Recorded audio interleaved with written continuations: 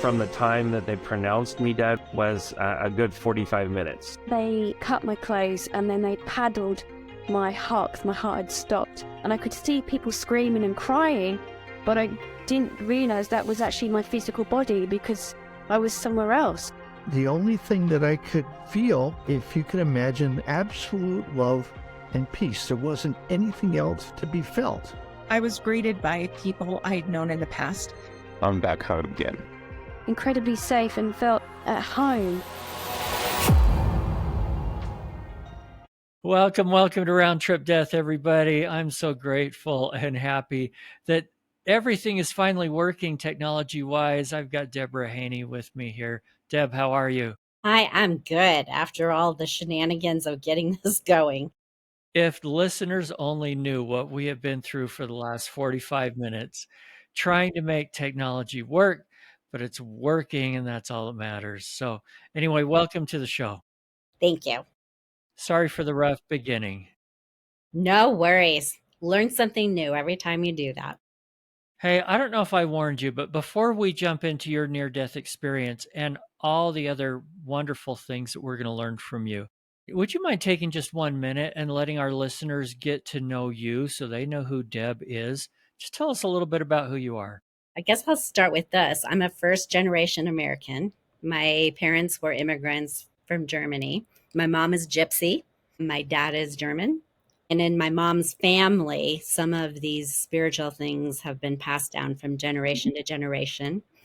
I have 3 grown children and 4 grandchildren. I guess I'm a psychotherapist, but I'm more of a spiritual psychotherapist. So I work much more in the spiritual realms. Gotcha. Thank you for that. Okay, I don't want to waste any more time. After all this, I want to jump straight into it. We're going to go back to when you were only 26 years old Yeah. and 8 months pregnant. Lead up to the accident. Tell me what was going on this day. So I had been working that day. I had lived actually in Illinois. So I had been driving to a meeting, and on my way back, I was on the highway. And there was a red truck that crossed across the highway. 2 15-year-old boys, not to their fault at all, we all make mistakes, took their truck from the ranch but really didn't know how to drive. And so came across the road. It was a head-on collision. I remember bits and pieces of it, but basically my car was accordioned, so I took the jaws of life, and I was in a massive accident. Yeah. Wow. Sorry, I don't know where to jump into this, but you were 8 months pregnant. So any accident is really bad. What kind of injuries did you have? Were you conscious? What happened at the hospital?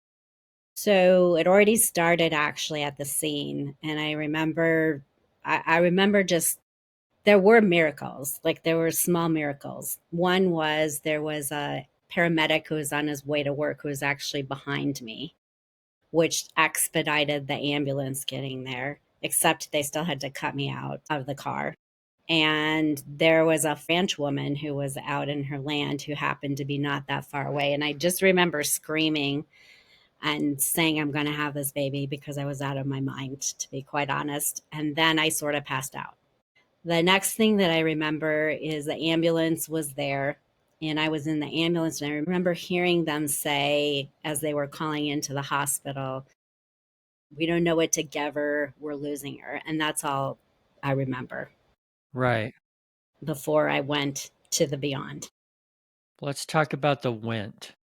What was the process like? Do you remember actually leaving your body or something like that? A lot of people look down on their body. Tell me how it worked for you.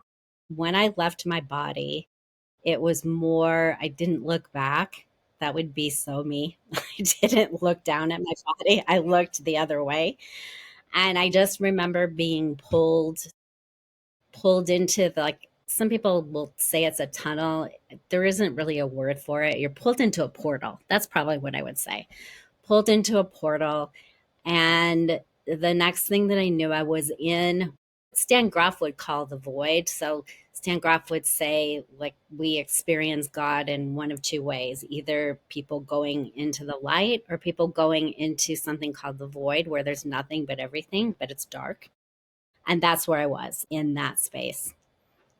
And I should also say, as I was going into that, I also heard what I'm guessing was an angelic voice saying, don't worry, it's all going to be okay, whatever that means.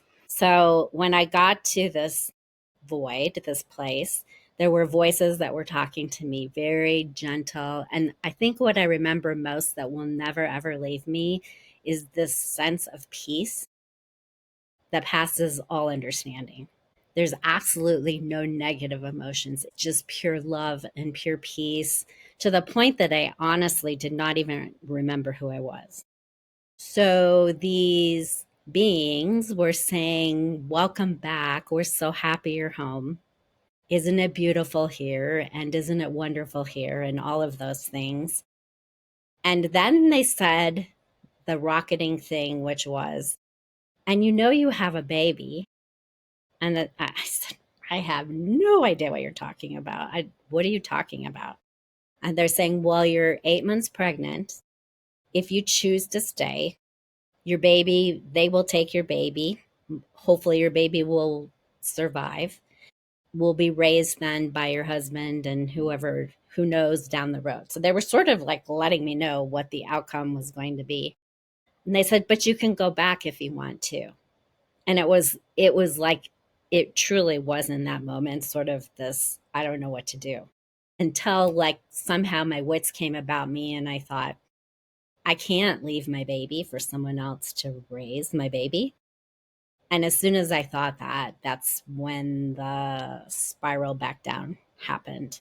The thing that I remember most about coming back is so harsh, going from pure bliss to going to pure hell again, because I was in so much pain. And you hit that gurney and I hear the paramedics say, okay, we've got her back now. And going, oh my God, what decision did I just make? Okay. All right, let's pick some of this apart. This is great. There's a couple things that I don't get, and so and this is not skepticism. This is you try to help me fill in some blanks, okay?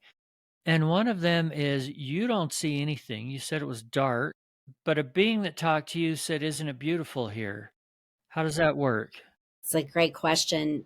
So it's dark, but these beings have a hue to them. So they have a hue of light, just like not like bright as a star. Does that make sense? Yeah. Like beauty doesn't always mean it's visual. Beauty is a knowingness. There it is. A knowingness of where you are, a sense of like what it feels like. And I think even what it looks like, because now that you're saying that, I really do picture it. It is like being inside of this womb, but much greater than that. And everything is there, but nothing is there. I don't understand what that I know means. it's so confusing. I've had other people tell me try to explain the void before. And so with the little bit of frame of reference that I have, maybe you can help fill in some of my blanks, because lots of people say everything is there and they feel connected to everything and everyone. And I think I understand that. What I don't understand is everything and nothing. Because you can't see it. Yeah. So the nothing, so think of energy. We can't see energy, but we feel energy. Think of if we were, this is a really bad example, but think of if we were in a MRI machine with our eyes closed. We would know we were inside of something and sort of what that felt like and possibly what it looked like just by feeling its dimensions and things like that. But magnify that times 1,000. Okay. And so in this space, maybe we could even say, let's think of this as like a womb, but it's not as small as a womb. So everything exists within there, everything we would ever need, every connection to our own DNA, our parents' DNA, to beings that hang around us, to everything. And yet we're experiencing it in this whole different way. In fact, in the womb, in a way, there's the present, there's also the future because you're developing into something. So that kind of makes sense to me. And even the past, right? Because our parents have DNA, we believe in past lives, which I do. We have our own soul's history, all of that. Okay. What else can you remember from this? You talked about the peace, right? Did you call it overwhelming peace or overwhelming love? Remind me. Both overwhelming peace, overwhelming love. If I could put a word to it, I would put these two phrases: all that matters is love, and everything that we need is right here. Sounds like a Beatles song. I like it. And in that space, this welcoming feeling of sort of like, how did I forget this exists? Because we've been here many times before. How do we keep forgetting that that exists? And yet we incarnate and then come back to that. It's a home, if you will. It's the ultimate home. Yeah. So I guess what I want to come back to is just finish explaining if there's more to explain. And then I want to talk about physically what was going on with you and baby. So coming to this place, and I hesitate to even put a word to it, but for people who understand void versus the other, they're all the same thing. It's just a different experience. I think of the same thing. And going to that place is exactly like you said, like going to home. That I think that I actually, because when I've been with people who die, they say they want to go home, but they don't mean their house. They want to go home. And this is the ultimate home. It is the place where everything is. And yet in our earth dimension, nothing is, because it's not something we experience on an everyday level here on this planet, in this dimension. Here's another way to describe it. It's as if I had access to anything I would want. When one of the beings said to me, will you have a baby? I knew I could keep asking, and I knew that I wouldn't be forced to do anything. I knew that I could ask anything I wanted. I knew that I could stay as long as I wanted, that it was this very soulful interaction between higher beings and my own soul. Because it wasn't my body that was there, it was my soul. Did you feel like they were trying to talk you into going back? I've thought about that many times over the years, and I don't think so. I think they wanted me to make the decision for my soul so they wouldn't leave a piece out. Now, what they didn't tell me, interestingly, is how I would fare in all this. Should we talk about the physical side now? Maybe so, because they did not like allude to any of that. Okay. That's always one of the hardest things about coming back. Right? You've been in a place with no pain, peace, love, only good. And then to feel that physical pain again. I mean, after all, you've just been through this horrible accident. It sounds like the medical personnel, I don't know, how did they revive you? Do you know, did they shock you? What happened? They had put something in my IV that got the heart, whatever you would call it. Like an adrenaline to restart it. That's a good one. Yeah, like an adrenaline. I honestly never asked, to be honest with you, why they didn't do the shock, but my guess is because I was 8 months pregnant. And it would have, I don't know what, but with the adrenaline, it worked. Then I just remember, I honestly don't remember much again until I got to the hospital. And then there's just a whole lot of people everywhere. Ended up going in an MRI machine because I had a broken hip, broken ribs, had internal bleeding. And right away, because with a baby, they get concerned about that. So they put the monitors on and they're checking all of that. So long story short, and they're also picking glass. And crazily, this is what I remember the most. The MRI, everything hurts so bad, but they can't give you and not a lot of pain meds, right? And so what I remember most is the like 4 nurses picking glass out of my arms and out of my face and, from the broken glass of the car, and that hurting so bad. And maybe I just focused on that because I was too afraid to focus on anything else. Once they got the monitors on and I was in intensive care, the plan was to stabilize as much as they could and then to do surgery because I had actually gone into labor. I was given medication to slow down the labor so they could stabilize enough to do a C-section and then do any repair that they needed to do. Here's where the miracle comes that I still don't quite understand. So the doctor, the obstetrician, and the surgeon spent the night and they were coming in like every 10 minutes. And somehow I fell asleep for a while. And I remember before I fell asleep, I had been praying, which I'm not typically a religious person, I'm a spiritual person. But I kept praying because I kept thinking, well, if I decided to come back, I need to do everything I can to make sure that this baby's safe and that I'm going to be okay. And I woke up to the doctor over me screaming to the nurse to get another monitor for the pregnancy and he puts the other one and he grabs me and looks me in the face and he's like, "What did you do? Your labor has stopped."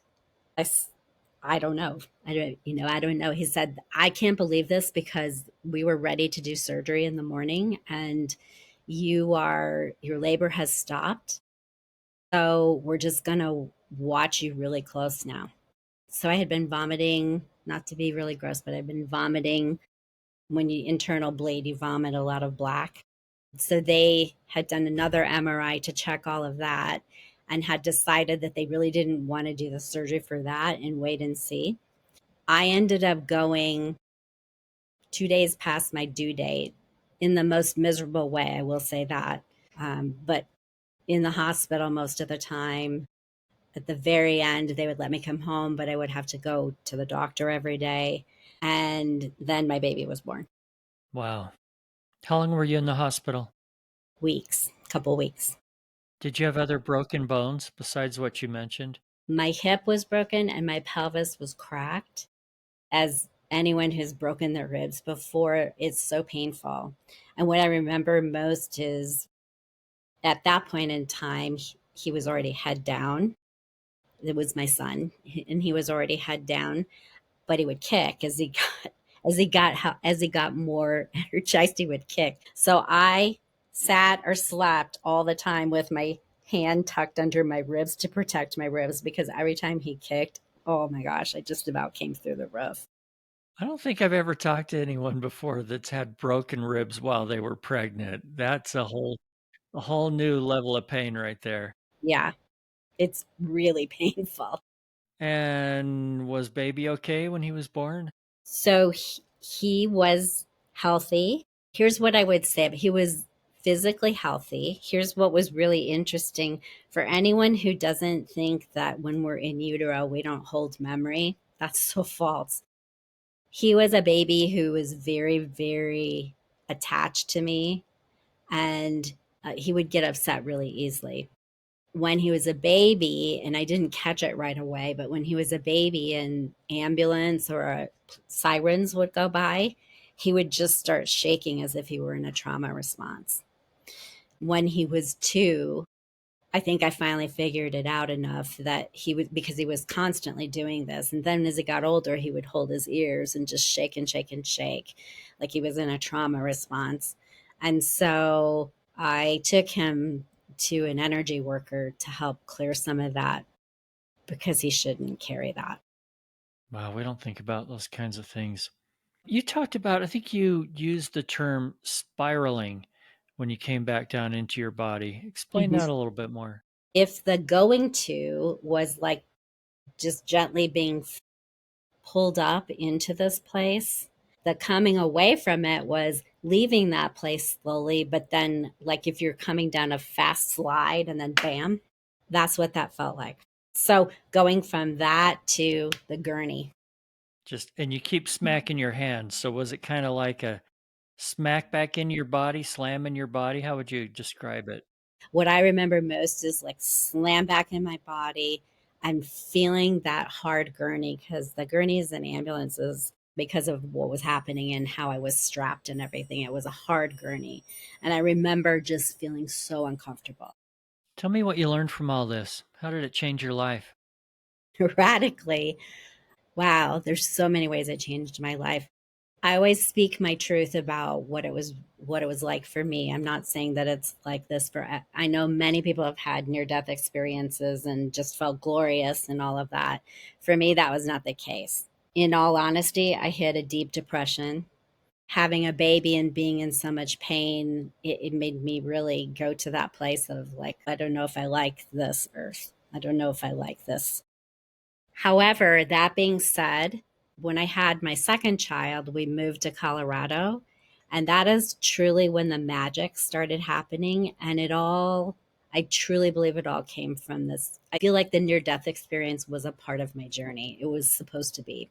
I was fortunate enough to connect with a therapist who I was doing some trauma work around this accident, but panic was getting worse, not better. And she contacted someone, his name is Stanislav Grof. I'm not sure if you're familiar. He's a very brilliant psychiatrist who developed holotropic breathwork. He was doing research with Timothy Leary and that whole crowd in those days, and came over from Prague. And when he developed holotropic breathwork, he would talk often about these different experiences. She was connected with him, which in turn then I became connected with him. And he told her to just keep me in this until it passed through, because this would be an initiation of some sort. He said, don't worry about it. Teachers will come along the path. And I'm like, well, screw this. I don't want to be initiated into anything. I just want to feel better. But the truth is that really did happen. I got past it. I had shamanic teachers who came upon my path who then said, this is your journey. This is part of what you're needing to learn. And the near-death experience was part of your initiation. So I went kicking. I did not want to do this. I said, I'm not going to do that work. That's not who I am. We can sometimes say no all we want, but it keeps coming back in front of us, right? And so I started to learn all of that. And it was true as I studied more and learned more that there are and I knew none of this before, there are certain kinds of initiations that would be looked at in tribal communities that would bring people into that space. And a near-death experience was one of the prime ones. We're just about done.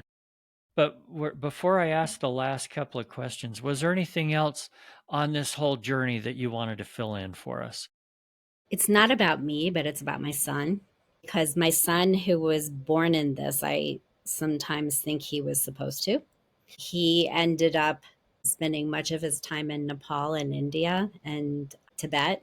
He now translates Sanskrit and he speaks many languages and he teaches Buddhism. And so I don't know. That's his journey. And we've talked about it on and off. But I sometimes wonder if this wasn't part of his journey as well. It really sounds like it, doesn't it? Doesn't it? Yeah. Yeah. How much fear of death do you have? This is what I always say. I have no fear. And then when the time comes when you know you're going to die, who knows, right? But I get called sometimes by hospice to journey with people into their own deaths. And when you journey with people into their death, it's so beautiful to watch what their journey across is. Can I share the death of my father? Yeah, I was just going to ask for an example. So go ahead and tell us about his. There's actually two that come to my mind that were so beautiful. So when my father passed away, so think about my father. He worked on Apollo. He was like an engineer. He worked on Apollo. He figured out how to bend titanium. So totally a science mind. He was not spiritual at all. When he was dying of cancer, he came to me and was shocked and asked me if I would help him die, help him cross. I said, well, you know what that means. You know that I drum and I go in a journey. And he's like, that's what I want. And he started to cry. Oftentimes hospice gives you that 3-hour window, right? Where they think someone will pass. So my mom and my sister and I went to him, and I had all my things with me, my drum and my rattle, and I could tell that he was starting to go.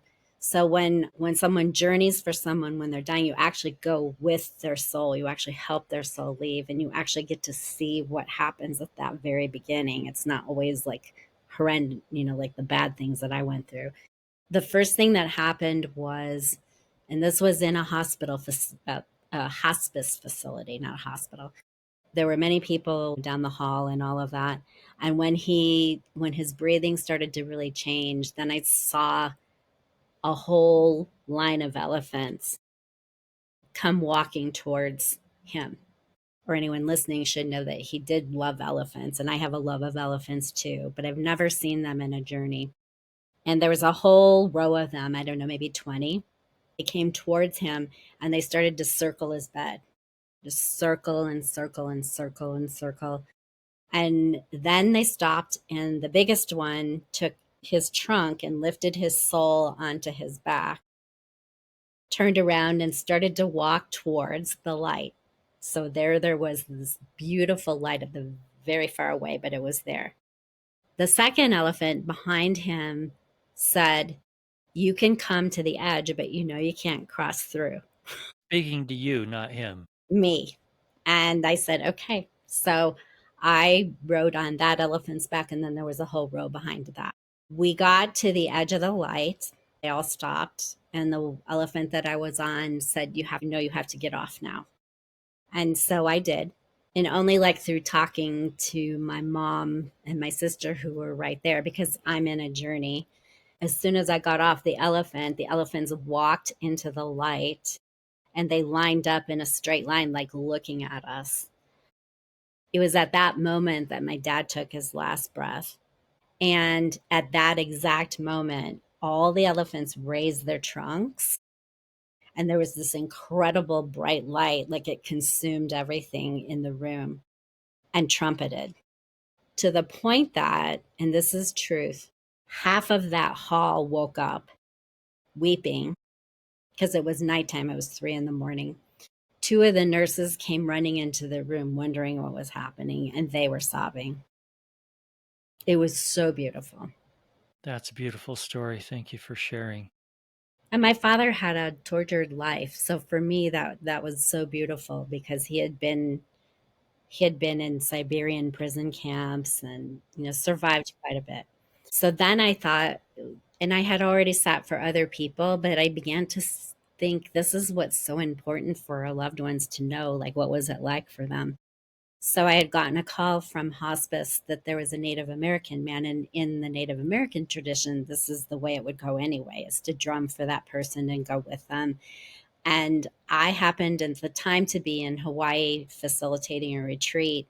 And so hospice called and said, we have a Native American man. He really wants you to come journey with him. And I said, I'm in Hawaii. I think this was on a Tuesday maybe, or a Monday. I'm like, I won't be back until Friday, and they said, oh, he'll never make it till Friday. He's already in a coma and he's modeling and all of that. And I said, okay, well, when I fly in, when I know that I'm landed, I'll check with you and see. So this is what's really funny. So when I got off the plane, I called immediately. I called hospice. And this man, his two estranged daughters, I should say, had called a priest because they wanted his last rites to be read. He sat up out of a dead coma and told the priest to get the fuck out of there. And then laid back down and went in a coma. And he waited. I couldn't believe it. He waited. So I got home. I got my things. I went right over to hospice. His two estranged daughters were there. I knew nothing about this man. And he was ready to go, there's no doubt. And so I just began the journey. I began the drumming. In his particular case, when he left his body, we were on like a pathway around this beautiful lake. And there was a very old woman who came to greet him, and he was just weeping. She took his hand and they began to walk around the lake going this way. And as they walked around from the side, there was a whole herd of pinto horses who had run to greet him as well. And just as that happened, he took his last breath, and that was that. But I was very confused. So it's best in my world that I not know things, because then I really trust it. And so I asked the daughters, like, what was his life story? Like, so here's what his story was. He grew up on the res, and his mother couldn't take care of him. So he was sort of abandoned at a young age, and the tribe sort of took care of him, but then he left the tribe. And guess what? He lived on a small farm. He had these 2 children, but these 2 girls he sort of abandoned too. And then later in life, they sort of had a little bit of contact with each other. Guess what he did for his hobby? He raised pinto horses. And then I said, well, who's this older woman? Well, it was his mother who had abandoned him, Came to get him. came to get him. It was a beautiful story in a sense. So it's always like where I go to, that no matter how we die or no matter what preceded that, we still go to these beautiful, we go home, we go to these beautiful places, and how we go may be different for each person, but it's still beautiful. Deb, thanks so much for all that you do, for helping all of these people, and for sharing these great stories with us today. I really appreciate it. Thank you. And hopefully it will help someone else. That's the whole idea. That's what this show is all about. Yeah. Is we're just delivering a message of hope out there for everybody. Thanks again for listening and sharing this podcast. Don't forget to hit the follow or subscribe button and sign up for our newsletter at roundtripdeath.com. If you want to share your near-death experience, or if you have questions or comments about the show, send an email to eric@roundtripdeath.com. Until then, I wish you everything good that you're looking for in this life and the next.